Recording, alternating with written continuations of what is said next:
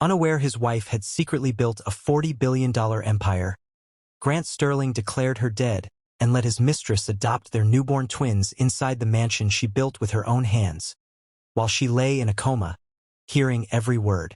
Delia Hartwell heard her husband tell the doctors she was gone.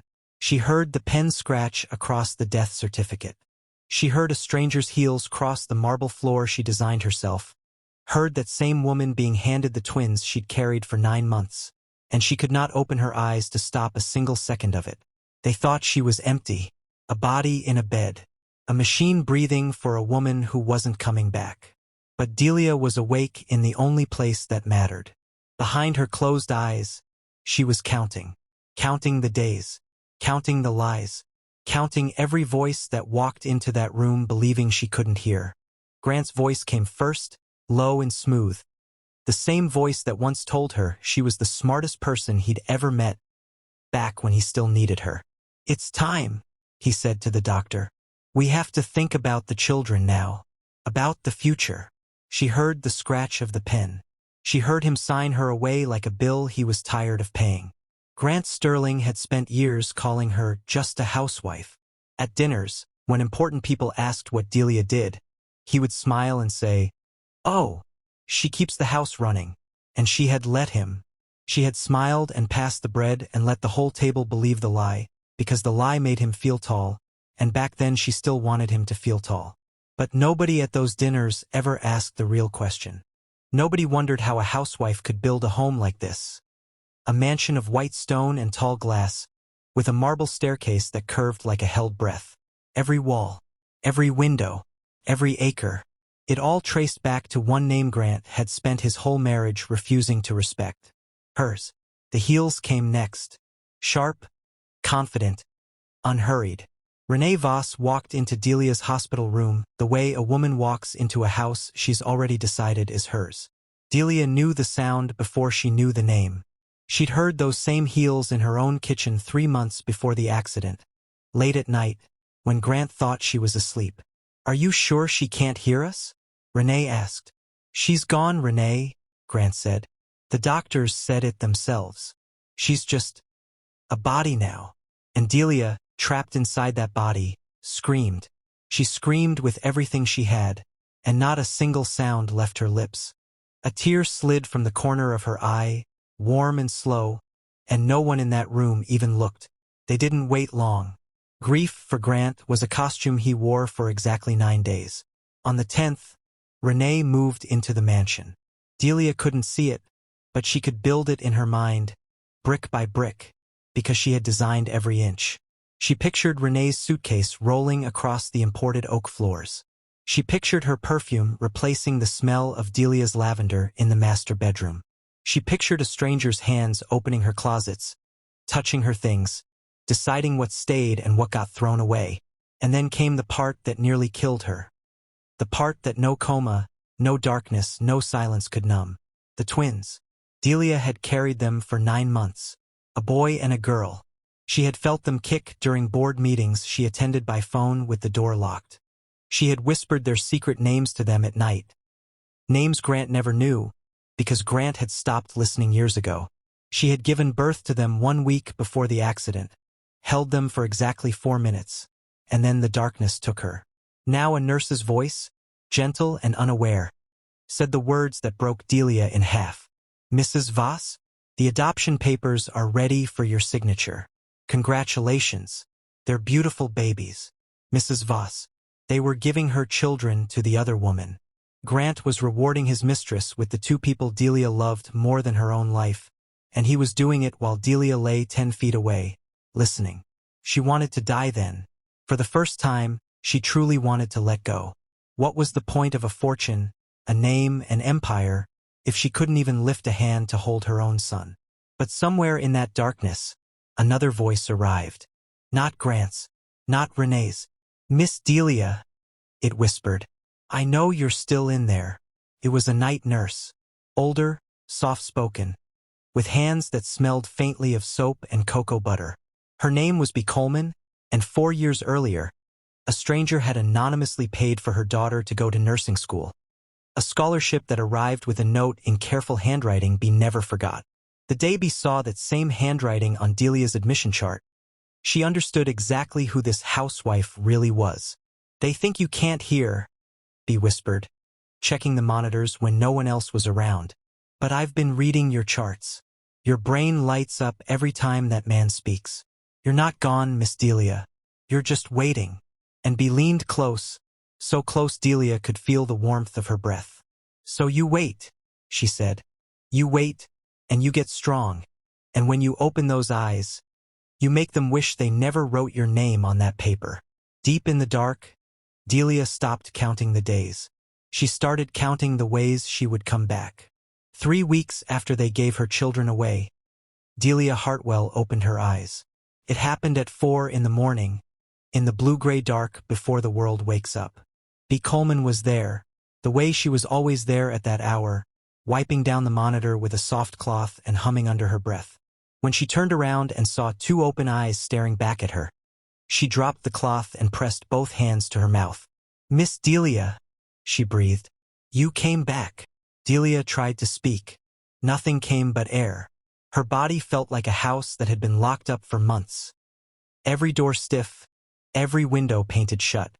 But her mind was sharp, sharper than it had ever been. Because a mind with nothing to do but listen for 3 weeks becomes a very dangerous thing. Bee moved fast.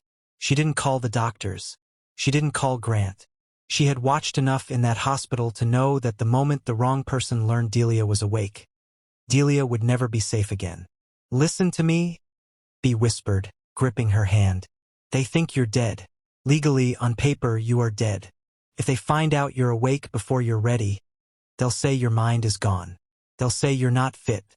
They already took the babies. Do you understand what I'm telling you?" Delia squeezed her hand once. Yes. And in that single squeeze was a woman deciding to fight. The recovery was slow and it was brutal. Bee brought physical therapy exercises hidden in her lunch bag. She smuggled in protein shakes and warm broth. Every night, when her shift ended, she stayed an extra hour, lifting Delia's arms, bending her legs, whispering, "One more, Miss Delia, one more." And every night, Delia asked the same question with her eyes. Bee learned to read it. "My children. Where are my children?" "They're safe," Bee would say. "They're in the mansion. She feeds them. She rocks them." B's jaw would tighten. "But she is not their mother. And I'll be damned before I let her stay one." Now, before we go any further, if this story is already pulling at your heart, if you've ever been underestimated, counted out, or written off by people who should have loved you, do this one small thing. Tap that subscribe button and turn on the notification bell, so you never miss the moment the truth comes out. Because trust me, you are going to want to be here when Delia Hartwell walks back through those doors. Now let's continue. While Delia grew stronger in secret, something was cracking inside the mansion, and it wasn't the marble. It was Renee Voss. First, Renee had loved it. The house, the name, the way people looked at her now.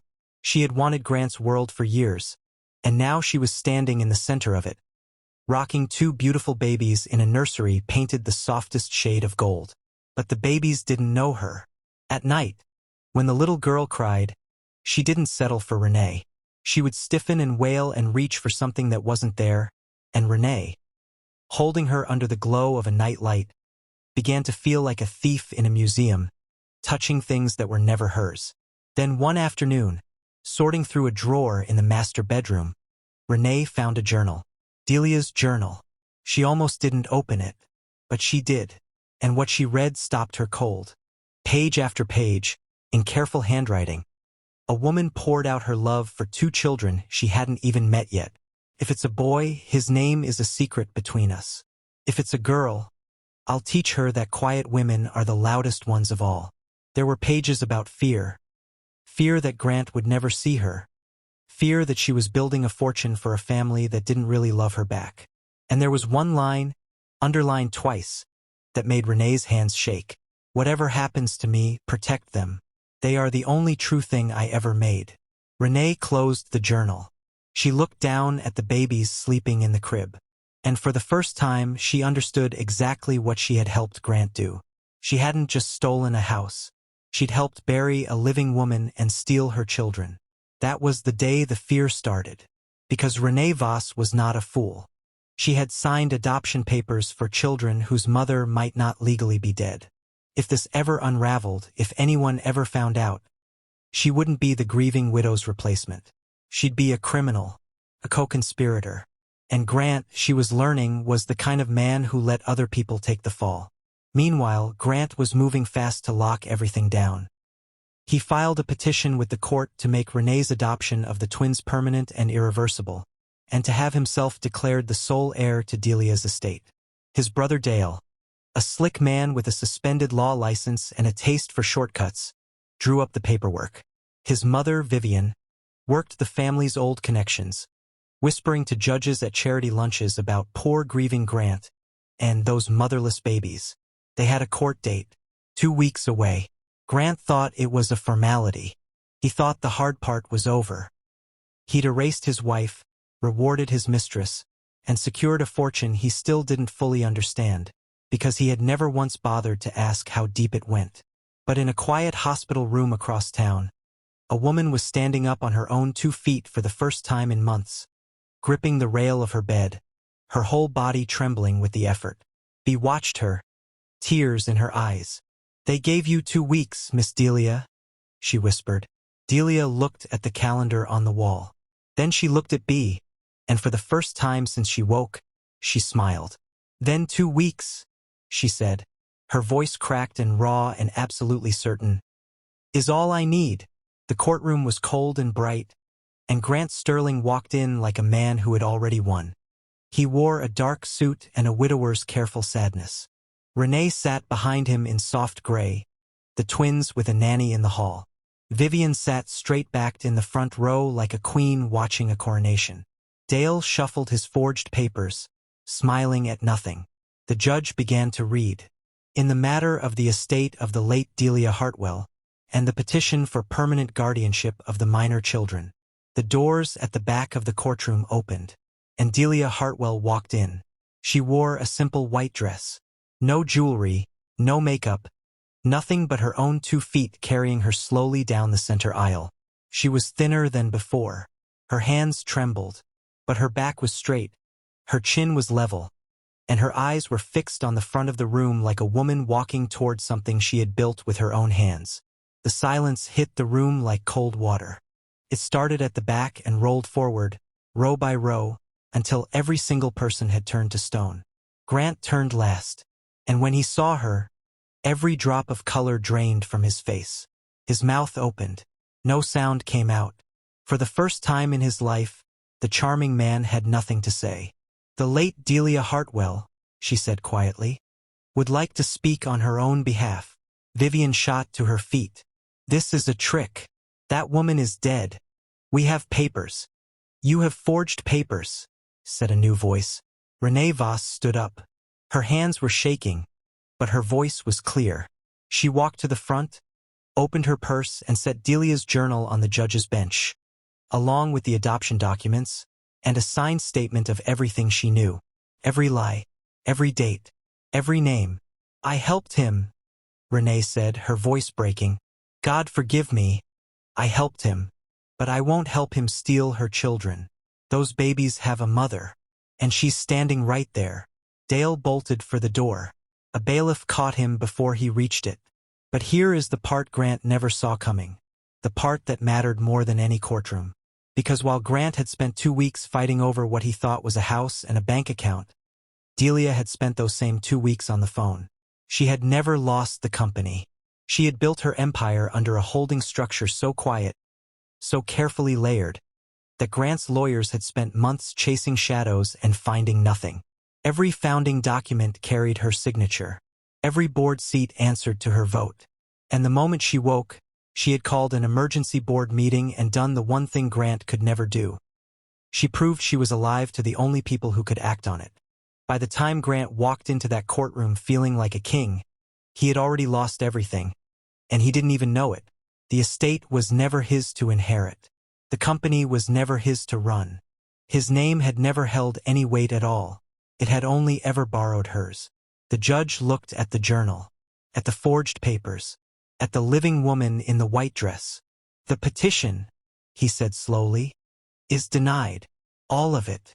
Delia never raised her voice. Not once. She simply turned to the bailiff and said, "I'd like to see my children now." They brought the twins in, and when they placed her son and daughter in her arms, when she pressed her face into their hair and breathed them in for the first time in 3 long months, she finally let herself cry. Now here is what surprised everyone. Delia did not destroy Grant. She could have. She had the money, the lawyers, the evidence to bury him so deep he'd never see daylight. Everyone expected it.